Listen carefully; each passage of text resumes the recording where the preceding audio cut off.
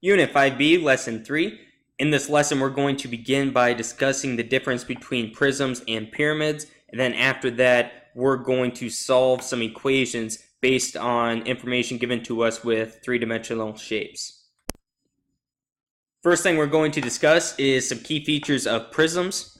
So if we're talking about a prism, they have two identical ends, which we refer to as the base. In this case, those bases, the ends, are going to be triangles. In this other one, those bases are hexagons. Another feature is they have all flat sides, which we can see. In this case, contains rectangles. In this case, again, containing rectangles. They have the same cross section all along its length. So if I would slice anywhere along the length of this triangular prism, they would have the same cross section, that same surface. Same with this hexagon. If I would slice along anywhere along this hexagonal prism, that surface is going to be a hexagon. And then the shape of the ends give the name of the prism. In this case, our bases are triangles, so this would be a triangular prism. In this case, the ends, the bases, were hexagons, so this would be a hexagonal prism. Now we're going to discuss pyramids. A pyramid, the basic definition of polyhedron that has a polygon for a base, and the lateral faces are triangles. So in this case, the base appears to be a square. It could be a triangle or some other polygon. And then the faces all have to be triangles, which you can see, and they meet at a point, a vertex. Some key parts we would use or try to identify in a pyramid is the height and the slant height. We can find those pieces of information because we have a right triangle that is created here. So if we're looking for one of those lengths and we have the other, we could use the Pythagorean theorem, as well as if we had this length. So difference between a prism and a pyramid. A pyramid is going to meet at one vertex. A prism is going to have two bases that are identical shapes.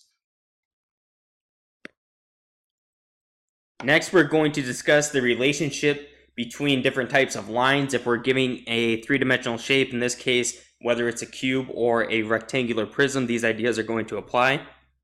So going to discuss parallel lines, skew lines, perpendicular lines, and parallel planes. So first, parallel lines, two lines that are coplanar, meaning they lie on the same plane and do not intersect. So we'd have many examples that work in this case, but if we extend line DC, that would be parallel to line AB because they lie on the same plane and they will never intersect. Skew lines, two lines that are not coplanar and do not intersect. So in this case, we could use AB. Line AB is going to be a skew line compared to line CG. They are not on the same plane and they will never intersect. Perpendicular lines, two lines that intersect to form a right angle. Again, many examples. We could use line CB and line CG. They intersect to form this right angle. And then parallel planes, two planes that do not intersect. So remember, a plane is like a flat surface that extends in all directions. So if we had plane ABCD, that would be parallel to plane EFGH. They are never going to intersect if we extend those planes in all directions. In this first example, we're going to use the rectangular prism to the right to identify the following key features: parallel segments, perpendicular segments, skew segments, and parallel planes. So first, for parallel segments. Parallel segments are two segments that are coplanar. They lie on the same plane and they never intersect. So if we're looking at this side of the rectangular prism, ADHE, we know that if we have segment AD, that is coplanar to EH, and they're never going to intersect, so those are two parallel segments. The notation we use, since these are segments and not lines, we just have our line segment across the top that does not include arrows at the end, and the parallel symbol we use are two vertical lines. So now we're going to move on to two perpendicular segments. Perpendicular segments are two segments that intersect to form a right angle. There are many different examples we could use. One is if we have segment AB, that is going to be perpendicular to segment BC. Because this is a box, we know this is going to be a right angle. So AB is perpendicular to BC. The notation we use for perpendicular segments is an upside down T. So parallel is two vertical lines, perpendicular, upside down T. Next, we're going to identify skew segments. Skew segments are two segments that are not coplanar and they never intersect. So for an example, we could use segment AB again. We have to find a segment that is not coplanar and does not intersect that, so we could use FG. AB and FG are not coplanar. They will never intersect if we would extend those segments, so they are skew. There is no special notation we use to indicate skew segments, so we simply have to say segment AB and segment FG are skew. Now the last thing we need to discuss are parallel planes. In this example, we could have many parallel planes. We're just going to indicate one. So two planes that if we extend are never going to intersect are parallel. One example we could use is plane ABEF. The front part of our rectangular prism is going to be parallel to plane DCGH, which would be the back portion of this rectangular prism. Technically, if you're indicating a plane, you just have to use 3 of the vertices. If you use 4, that's fine as well. The notation is the same as what we talked about with parallel segments, those 2 vertical lines. In the next example, we're going to use some algebra to solve for the variables x and y. So a parallelepiped is a prism where each of the faces is a parallelogram. So we want to find the value of x and y in the following parallelepiped.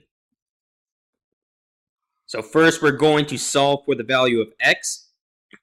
So since this is a parallelepiped, meaning each face is a parallelogram, I know that if this length is 15, that this other length must be 15 as well, because that's the definition of a parallelogram. Opposite sides are going to be congruent. So if this length is 15, it must be congruent to this length, which is 2x plus 3. So we can create a linear equation. 2x plus 3 must be equal to 15.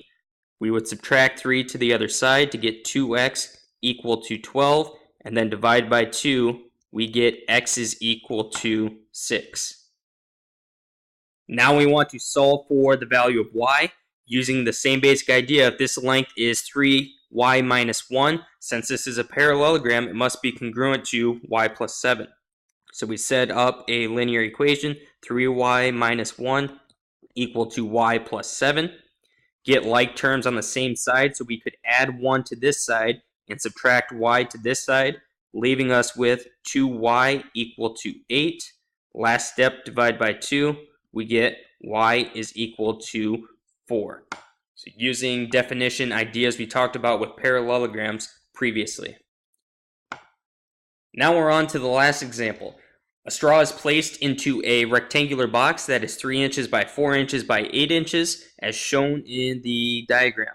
If the straw fits exactly into the box diagonally from the bottom left front corner to the top right back corner, how long is the straw to the nearest tenth of an inch? So in order to solve for the length of the straw, we have to picture a right triangle contained within this rectangular prism. We have one leg, another leg which is the height of the box, and then the diagonal going from one vertex to the other, which represents the length of the straw. We know what this length is. It's 8 units. We're trying to find this length, which is the straw. We'll just use L instead of S because my S's look like 5s. So we're trying to find that length. We need to find this value because right now we have one unknown and a second unknown value. But if we imagine this triangle, since this is a rectangular prism, we know this is a right angle as well. So we can use the Pythagorean theorem. 3 squared plus 4 squared is going to be equal to, let's just call this value C, is going to be equal to C squared. So now we just go through, simplify. 3 squared is 9, 4 squared is 16, 9 plus 16, we get 25 equal to C squared. Now we would take the square root of each side. We would get a positive and negative answer, but we're only going to take the positive because we're talking about distance. So we get C is equal to 5 units. So now if we substitute that value of 5 in, Now again, we're going to use the Pythagorean theorem. We have a right triangle. We know the value of both legs. So we can set up 5 squared plus 8 squared is going to be equal to L squared. 5 squared is 25. 8 squared is 64. So if we take 64 plus 25, that's going to be equal to 89 is equal to L squared. Now to get L by itself, we take the square root. And in this case, we're going to get a decimal. So if we plug this into our calculators and round to the nearest tenth of an inch, we would get L is approximately 9.4 inches. So really, this problem didn't involve any complicated math. It's more visualizing, recognizing that you have to apply the Pythagorean theorem twice. So in this lesson, we discussed the difference between prisms and pyramids. We also discussed parallel, perpendicular, and skew segments and lines, as well as parallel planes. And then we finished using basic ideas of parallelograms and rectangular prisms to solve a few algebraic expressions.